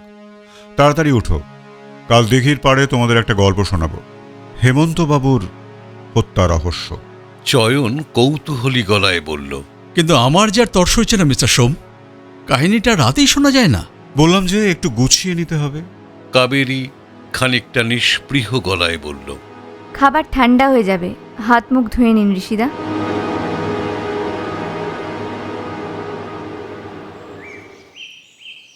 ভোরবেলা কাবেরী উঠল সবার আগে, প্রায় অন্ধকার থাকতে। প্রথমে চয়নকে ডেকে তুলল, তারপর ঋষিকে। মিনিট 10 মধ্যেই ওরা 3জন বেরিয়ে পড়লেন দিঘি পাড়ের দিকে। যাওয়ার আগে সম্ভবত অভ্যাসবশেই 3জনেই একবার করে তাকালেন হেমন্তবাবুর তালাবন্ধ ঘরটার দিকে। নিজেদের ঘর থেকে বেরোনোর সময় চয়ন রুদ্র এবং ঋষি সোম ভিন্ন ধরনের 2টো বস্তু নিজের নিজের পকেটে পুরে নিয়েছেন, যা এর আগে মর্নিং ওয়াকে বেরোনোর সময় তাঁদের পকেটে থাকত না। দিঘি পাড়ে যখন ওরা পৌঁছলেন, ভোরের আলো সবে ফুটতে শুরু করেছে। সে আলো জামরুল ডুমুর গাছের পাতা চুঁইয়ে তখনও মাটিতে এসে পড়েনি। দূরের চারপাশ খুব একটা স্পষ্ট নয়। ভোরের বাতাস শরীরে ঠান্ডা স্পর্শ বুলিয়ে দিচ্ছে, তবুও মনের ভেতরে যেন একটা গুমোট ভাব। কাবেরী জগিং শুরু করল। চয়ন পাশেই একটা সবুজ ঢিবির ওপর বসে পড়ে পা দুটো সামনের দিকে টান টান করে ছড়িয়ে দিয়ে নাড়াতে লাগলো। ঋষি বললেন, যে কোনো ঘটনারই একটা ব্যাকগ্রাউন্ড থাকে, সেই ব্যাকগ্রাউন্ডে একটা গল্প থাকে, আর সেই গল্পগুলোই খুঁজে বেড়ানো আমার নেশা। কাবেরী জগিং করতে করতেই ঋষির দিকে তাকালো। ঋষি বললেন, এই যে আমরা তিনজন একসাথে এখানে আছি, এই থাকাটারও একটা ব্যাকগ্রাউন্ড স্টোরি আছে। ময়দানের ফুটবল ছেড়ে দিয়ে কাবেরী গড়ানখোলায় চলে এলো, এই আশাটারও একটা গল্প আছে। ঠিক তেমনই আমাদের হেমন্তবাবুর মৃত্যুর পিছনেও একটা অদ্ভুত গল্প আছে। ঋষি চয়নের পাশে গিয়ে বসে পড়লেন। কাবেরী জগিং থামিয়ে দিয়ে হাত দুটো দুপাশে ঝাড়া মারতে মারতে অদ্ভুত দৃষ্টিতে ঋষির দিকে তাকিয়ে রইল। ঋষি বললেন, বসো। কাবেরী খানিকটা এগিয়ে এসে না বসেই বলল। বলুন, শুনছি। ঋষি বলে যেতে লাগলেন, অফিসার রুদ্রের বয়স অল্প হলেও কৌতূহল কম। উনি কেজো মানুষ, শুধুমাত্র কৌতূহল মেটাবার জন্য সময় নষ্ট করতে উনি রাজি নন। আমাদের এই হেমন্তবাবুর মৃত্যুর প্রশ্নে অফিসার রুদ্রের সোজা সাপটা জবাব, পাপ বিদেয় হয়েছে। উনি আর ভেবে সময় নষ্ট করার কোনো মানে নেই। কিন্তু আমার স্বভাব আবার উল্টো। ব্যাকগ্রাউন্ড স্টোরিটা খুঁজে না পেলে আমার শান্তি বিঘ্নিত হয়। বুঝতে পারলাম এ ব্যাপারে অফিসার রুদ্রের কোনো সাহায্য আমি পাব না, তাই একা একাই নিজের মতো করে খুঁজতে শুরু করলাম। দিঘির পাড়ে, হেমন্তবাবুর ঘরে এবং ঘরের বাইরে বেরিয়ে কলকাতায় গিয়েও খুঁজে বেড়াতে লাগলাম, এবং শেষমেশ পেয়েও গেলাম। চয়ন রুদ্র সামনে ছড়ানো পা দুটো একটার উপর আর একটা তুলে দিয়ে ঋষির দিকে ঘুরে তাকালো। বলল, সুশান্ত সাহার হত্যাকারী কে আপনি জানতে পেরেছেন? অপরাধী খুঁজতে তো আমি বেরোইনি, এটা আপনাদের কাজ। আমার দরকার ছিল সম্পূর্ণ গল্পটা, সেটা পেয়ে গেছি। খানিকটা নিজের বিচার বিশ্লেষণ, খানিকটা নির্ভরযোগ্য সূত্র থেকে পাওয়া খবরাখবর, কিছু তথ্য প্রমাণ, আর খানিকটা কল্পনার আশ্রয় নেওয়া। সব মিলে গল্পটার ফাঁকফোকরগুলো দিব্যি ভরাট হয়ে গেল। এখন আপনারা শুনে বলবেন সমর্থন করা যাচ্ছে কিনা। প্রথমে বলে রাখি, এই গল্পে ভিলেন এবং ভিকটিম ছাড়াও একজন নায়ক এবং একজন নায়িকা আছে। তবে নায়ক এবং নায়িকা এখনো পর্যন্ত দুজন দুজনকে চেনেই না। আমার এ কাহিনীতে কাব্য কম, কার্য বেশি, তাই টু দ্য পয়েন্ট বলছি, মন দিয়ে শুনবেন। 20-22 বছরের একটি মেয়ে, বিয়ের ঠিকও হয়ে গেছে তার, কিন্তু আশীর্বাদী অনুষ্ঠান মানে এনগেজমেন্ট সেরিমনির দিন কতক আগেই অত্যন্ত নারকীয়ভাবে দুজন নরখাদকের হাতে ধর্ষিতা হয়ে খুন হয়ে গেল মেয়েটি। ধর্ষণ করার পর গলা টিপে কণ্ঠনালীর হাড় ভেঙে দিয়ে শ্বাস রোধ করে মারা হয়েছিল মেয়েটিকে। হেমন্তবাবুর পোস্টমর্টেম রিপোর্টে মৃত্যুর যা কারণ বলা হয়েছে ঠিক সেভাবেই। মেয়েটির লাশ পাওয়া গেল বাস রাস্তার ধারে শহরের একটা পার্কে। সংশ্লিষ্ট থানার তদন্তকারী অফিসার খোঁজ পেয়ে গেলেন নরখাদকদের, গ্রেপ্তারও করলেন। নরখাদকদের টাকার অভাব ছিল না, টাকার জোরেই রেহাই পেতে চাইল তারা। কিন্তু তদন্তকারী অফিসারটি ছিলেন এক্সেপশনালি অনেস্ট, তাই টাকার টোপ ফেলে কোনো কাজ হলো না। তবে খুঁটির জোরে শেষ পর্যন্ত ছাড়া পেয়ে গেল তারা। তদন্তকারী অফিসারটির আন্তরিক ইচ্ছে থাকা সত্ত্বেও হতভাগা মেয়েটি মৃত্যুর পরে কোনো বিচার পেল না। নরখাদকেরা ছাড়া পেয়ে স্বাধীনভাবে ঘুরতে লাগল। শুধু তাই নয়, এদেরই শাসানিতে ভয় পেয়ে মেয়েটির পরিবার কলকাতা ছেড়ে চলে যেতে বাধ্য হল। এই গোটা ব্যাপারটা আর 5 জনের কাছে গা সওয়া হয়ে গেলেও বিশেষ একজনের পক্ষে হজম করা সম্ভব হল না। সেই ছেলেটি আমার গল্পের নায়ক। সেই ছেলেটির সাথেই ওই মেয়েটির বিয়ের ঠিক ছিল। দুজনের মধ্যে কোনো পূর্ব সম্পর্ক সম্ভবত ছিল না। ছেলেটি চাইল যে খুঁটির জোরে নরখাদক দুজন ছাড়া পেয়ে গিয়েছিল, সেই খুঁটি সমেত নরখাদক দুটিকে পৃথিবী থেকে উপড়ে ফেলতে। আইনি পথে এটা সম্ভব নয় বুঝে বেআইনি পথই ধরল সে। ঘটল 3টি হত্যাকাণ্ড। এই পর্যন্ত বলে ঋষি একটু থামলেন, লক্ষ্য করলেন তীব্র ঘৃণা আর অন্ধ আক্রোশে কাবেরীর চোখ দিয়ে যেন আগুন ঠিকরে বেরোচ্ছে। চয়নেরও চোয়াল শক্ত, শরীর টান টান, তীক্ষ্ণ দৃষ্টিতে পর্যবেক্ষণ করছে কাবেরীকে। ঋষি আবার বলা শুরু করলেন, এই 2 নরখাদকদের মধ্যে একজন হলেন আমাদের আপাত নিরীহ, ভদ্র, ভালো মানুষের মুখোশধারী হেমন্ত বসাক, ওরফে সুশান্ত সাহা। আমার কাহিনী যেহেতু গড়ানখোলায় কাবেরীদের বাড়িতে বাসা নেওয়া আমাদের সহ আবাসিক এই হেমন্তবাবুকে কেন্দ্র করেই, তাই অন্য 2টি হত্যাকাণ্ড কিভাবে ঘটল তার বিস্তারিত বিবরণে আমি যাব না। মাঝপথে ঋষিকে থামিয়ে দিয়ে কাবেরী প্রায় ফোঁস করে বলে উঠল, লোকটা আমাদের বাড়ি এলো কি মরতে? মরতে নয়, মারতে।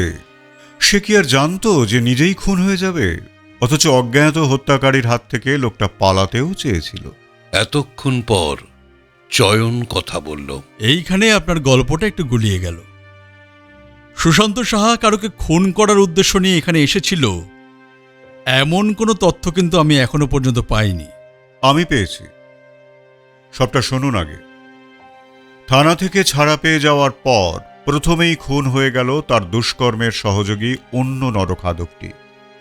গলা টিপে কণ্ঠনালীর হাড় ভেঙে দিয়ে শ্বাসরোধ করে ওই মেয়েটির মতোই একইভাবে খুন করা হয় তাকে, এবং ওই একই জায়গায় দেহ ফেলে রেখে যায়। আমাদের হেমন্তবাবু বুঝে গেলেন এটা প্রতিশোধ। সাবধান হয়ে গেলেন তিনি। এরপরেই মৃত্যু হল সেই খুঁটির, যার জোরে তাদের নারকীয় দুষ্কর্মটি চাপা পড়ে গিয়েছিল। যদিও মৃত্যুটা ঘটেছিল একটা অ্যাক্সিডেন্টে, সড়ক দুর্ঘটনায়, কিন্তু ধূর্ত হেমন্তবাবু বুঝে গিয়েছিলেন এটাও আসলে হত্যা এবং প্রতিশোধ, দুর্ঘটনা নয়। এবারে তিনি প্রকৃতই ভীত হয়ে পড়লেন এবং একই সঙ্গে প্রতিশোধ পরায়ণ। লোকটি যে ধুরন্ধর তাতে কোনো সন্দেহ নেই। কোন সূত্রে তদন্তকারী অফিসার প্রথম নরখাদকটিকে ধরেছিলেন তা তিনি কোনোভাবেই কারো কাছেই প্রকাশ করেননি, কিন্তু তা সত্ত্বেও আমাদের হেমন্তবাবু তা জানতে পেরে গেলেন এবং তাকে চিরতরে সরিয়ে দিতে এবং সেই সঙ্গে কিছুদিনের জন্য আত্মগোপন করতেই কলকাতা ছেড়ে তার এখানে আস্তানা গাড়া। এদিকে আমার গল্পের নায়কও হেমন্ত বসাকের চাইতে কম ধুরন্ধর নয়। সে টের পেয়ে গেল তার তৃতীয় তথা শেষতম শিকার কলকাতা ছেড়ে পিট্টান দিয়েছে।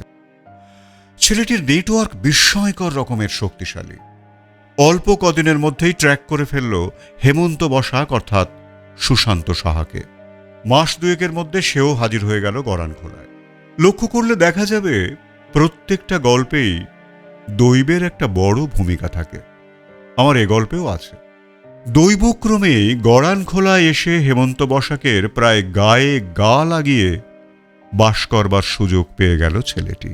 ঋষি আবার একটু থামলেন, আর ঠিক তখনই মুহূর্তের মধ্যে পর এমন কতকগুলো ঘটনা ঘটে গেল যে নির্জন দিঘিপাড়ের এই আবছায়া শান্ত থমথমে আবহাওয়ার সঙ্গে সেগুলো একেবারেই বেমানান নাকি অত্যন্ত মানানসই তা নির্ধারণ করা শক্ত। চয়ন এক ঝটকায় পকেট থেকে রিভলভার বার করে ঋষির দিকে তাক করে গর্জে উঠল, স্টপ, হ্যাং ইয়োর স্টোরি। আর একটা কথা উচ্চারণ করলে চিরকালের জন্য মুখটা বন্ধ করে দেব, কেউ সাক্ষী থাকবে না। হঠাৎ কাবেরীর বাঁ পাটা সামনের দিকে ছিটকে গিয়ে প্রায় 180 ডিগ্রি অ্যাঙ্গেলে ওপর দিকে ঘুরে গেল। চয়নের হাতের রিভলভারটা সাঁ করে ঋষির মাথার উপর দিয়ে উড়ে 2 ফুট দূরে গিয়ে পড়ল। চয়ন রুদ্র বিকৃত মুখে বাঁ হাত দিয়ে ডান হাতটা চেপে ধরল। ঋষি নির্লিপ্ত ভঙ্গিতে রিভলভারটা তুলে নিয়ে তিরস্কারের ভঙ্গিতে চয়নকে বললেন, বড্ড অবিবেচকের মতো কাজ করে ফেললেন অফিসার রুদ্র। আমি কিন্তু আড়াল রেখেই গল্পটা শোনাচ্ছিলাম, বিহাইন্ড দ্য কার্টেন। কিন্তু পর্দা সরিয়ে আপনি নিজেই নিজের মুখটা দেখিয়ে দিলেন। রিভলভারটা চয়নের কোলের উপর ফেলে দিয়ে তিনি বললেন, নরখাদক হত্যা আপনার পক্ষে যতটা সোজা, নরহত্যা ততটা নয়। ঋষি হত্যা তো আরোই কঠিন। কাবেরীর দিকে তাকিয়ে বললেন, তোমার ডান পাটা যদি মাটির সঙ্গে গেঁথে না থাকতো, তাহলে ওটাকে একটা নিখুঁত বাইসাইকেল কেক আখ্যা দেওয়াই যেতে পারত। কাবেরী চয়নের দিকে এগিয়ে গিয়ে ও ডান হাতটা চেপে ধরে বলল, সরি, আমি আপনাকে আঘাত করতে চাইনি। ঋষি কাবেরীকে বাধা দিয়ে বলে উঠলেন, না না না না না, সিকোয়েন্স গোলমাল করে দিও না। আমার স্টোরি অনুযায়ী এই সংলাপ আসবে একদম শেষে। গল্প এখনো শেষ হয়নি, সবটা শোনো আগে। অফিসার রুদ্র বলেছিলেন ওর বাইকে স্টার্টিংয়ের একটা সমস্যা হচ্ছিল, তাই হাঁটিয়ে নিয়ে এসেছিলেন। অথচ পরদিনই দেখলাম এক কিকে বাইক স্টার্ট দিয়ে উনি বেরিয়ে গেলেন। যাই হোক, সেদিন রাত 1টা নাগাদ উনি নিঃশব্দে বাসায় ফিরলেন। বাইক জায়গায় রেখে দিয়ে এসে হেমন্তবাবুর ঘরের দরজায় টোকা দিলেন। হেমন্তবাবু ঘুম থেকে উঠে ঘরের আলো জ্বালিয়ে চশমাটা চোখে দিয়ে দরজা খুললেন। সামনে অফিসার রুদ্রকে দেখে একটু অবাক হলেন। অফিসার রুদ্র তাকে এমন কিছু বললেন যাতে করে তিনি তাড়াতাড়ি পাঞ্জাবিটা গলিয়ে নিয়ে বেরোবেন বলে আলনা থেকে পাঞ্জাবিটা নিয়ে চোখ থেকে চশমাটা খুলে টেবিলে রাখলেন এবং পাঞ্জাবির হাতায় দুহাত গলিয়ে দিয়ে মাথাটা গলাতে গেলেন। আর ঠিক তখনই অফিসার রুদ্রের ক্ষিপ্র হাত লাইটের সুইচটা অফ করে দিয়েই চেপে বসল নরখাদকের গলা। খানিকটা ছটফটানি, তারপর সব শান্ত। ওই ধর্ষিতা মেয়েটির মতোই হাতের চাপে ভেঙে গেল নরখাদকের কণ্ঠনালীর হাড়। তারপর দেহটা কাঁধে তুলে নিলেন।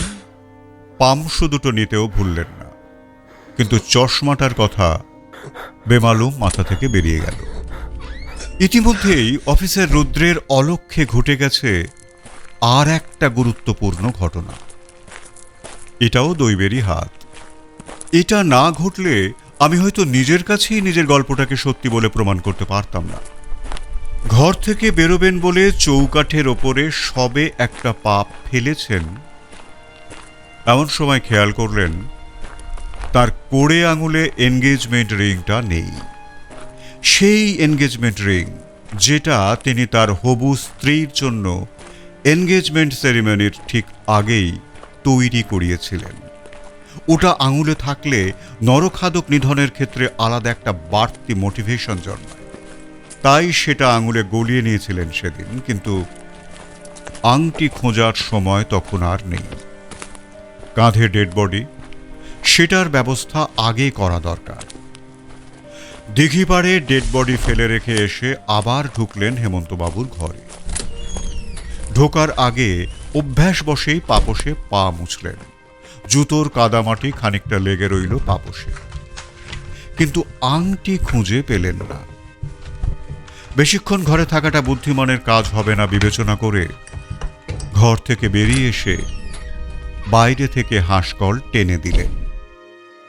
পরদিন সকালেও তদন্ত করার উছিলায় আপনি সবার আগে একবার ঘরে ঢুকতে চাইলেন। উদ্দেশ্য ছিল সবার অলক্ষ্যে আংটিটা খুঁজে নেওয়া। এরপরেও কয়েকবার চেষ্টা করেছিলেন, কিন্তু আংটি আর পেলেন না, পাওয়ার কথাও নয়। কারণ দৈবক্রমে আংটিটা এমন একটা জায়গায় পড়ে গিয়েছিল যেখানে খুঁজে দেখার কথা কারোর মাথাতেই আসবে না, এবং দৈবক্রমেই সেই আংটিটা ধরা দিল আমারই আঙুলে। হলমার্ক দেখে কলকাতায় তাদের দোকানে গিয়ে খোঁজ খবর করলাম। তারা আমাকে প্রিভিয়াস রেকর্ড চেক করে অফিসার রুদ্রের নাম, ঠিকানা, কবে আংটিটা কিনেছিলেন, কত দাম পড়েছিল, সবই জানিয়ে দিলেন। চয়ন গলাটা ঝেড়ে নিয়ে বলল, আংটিটা কি আপনার কাছে? আংটির কথায় আবার পরে আসছে, তার আগে আমার গল্পের নায়িকার কথাটা বলে নেই। সেই তো এ গল্পের চালিকা শক্তি। সে না থাকলে নরখাদকদের চিহ্নিতই করা যেত না, মারা তো পরের কথা। এবং সে নিজেও জানে না যে তার নিজের জীবনও কতটা বিপন্ন হয়ে পড়েছিল। যে পার্কে ওই হতভাগ্য মেয়েটির মৃতদেহ পাওয়া গিয়েছিল, তারই কাছাকাছি একটা জায়গায় থাকত আমার গল্পের নায়িকা। খুব ভোরে উঠে ময়দানে প্র্যাকটিস করতে যাবে বলে পার্কের উল্টো দিকের বাস স্ট্যান্ডে দাঁড়িয়েছিল সে। হঠাৎ দেখল তার চেনা এ পাড়ারই একটি দাদা গোছের দাপুটে ছেলে হন্তদন্ত হয়ে পার্ক থেকে বেরিয়ে এলো। চোখ দুটো লাল, মাথার চুল উস্কো খুস্কো, জুতো আর প্যান্টের পায়ে কাদা ল্যাপটানো। তাকে দেখেই ছেলেটা কয়েক মুহূর্ত থমকে গেল। এর মধ্যেই বাস এসে পড়ায় মেয়েটি বাসে উঠে পড়ল। পাড়ার পার্কে একটি মেয়ের মৃতদেহ আবিষ্কৃত হওয়ার ঘটনাটা সে শুনল সন্ধ্যের পর। প্রথমেই তার মনে পড়ে গেল ভোরবেলা পার্কের ভেতর থেকে বেরিয়ে আসতে দেখা ওই ছেলেটির কথা। 7-5 আগুপিছু না ভেবেই সে ছুটল তদন্তকারী অফিসারের সঙ্গে দেখা করতে। ভোরবেলার ঘটনাটা তাকে জানালো। সৌভাগ্যক্রমে তদন্তকারী অফিসারটি ছিলেন অত্যন্ত বিবেকবান মানুষ। তিনি মেয়েটিকে যতদূর সম্ভব আড়াল করেই তদন্তটা শুরু করলেন।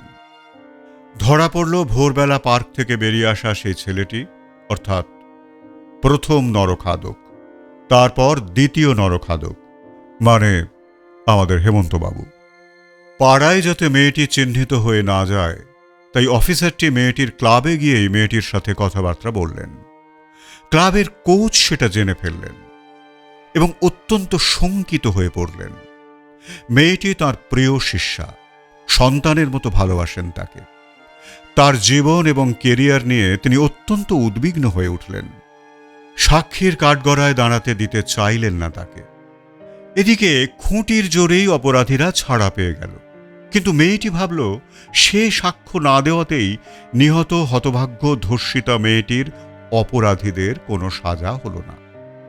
রাগে, দুঃখে, ঘেন্নায়, অভিমানে সে তার প্রিয় ক্লাব আর প্রিয় কোচকে বিদায় জানিয়ে নিজের গ্রামে ফিরে এলো। এখন চয়ন হাঁ করে তাকিয়ে আছে কাবেরীর দিকে।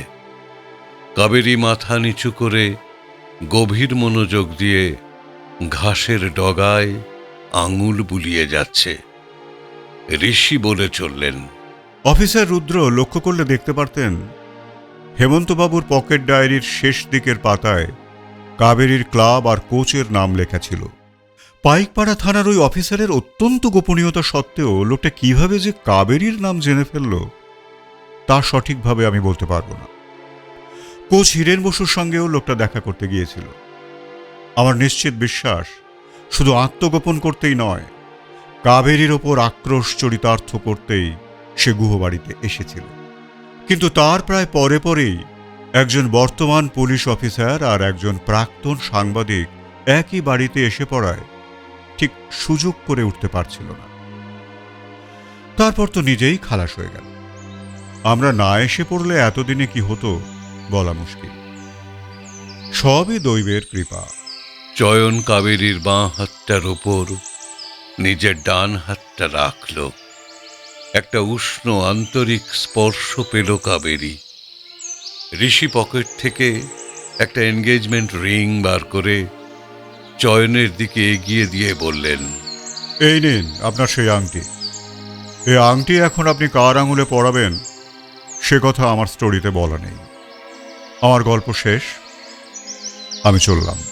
পা বাড়াতে গিয়েও থমকে গেলেন ঋষি। কাবেরীর দিকে তাকিয়ে বললেন, ও হ্যাঁ, আজ বিকেল 4:58 ট্রেনে হিরেন্দা আসছেন। কাবেরী চমকে ঋষির দিকে তাকালো। আমি কিন্তু তাকে কথা দিয়েছি তুমি কালই ওর সঙ্গে তোমার ক্লাবে ফিরে যাবে। তোমার কোনো সমস্যা হবে না, উনি সব ব্যবস্থা করে রাখবেন।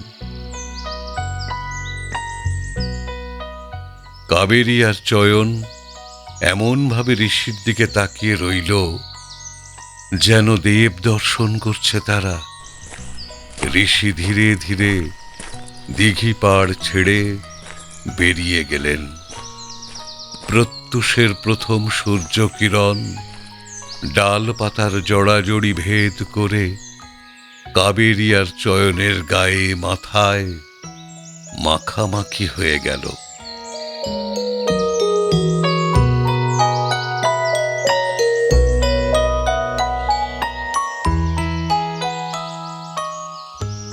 শোনাচ্ছিলাম আমারই লেখা গল্প অপরাধী।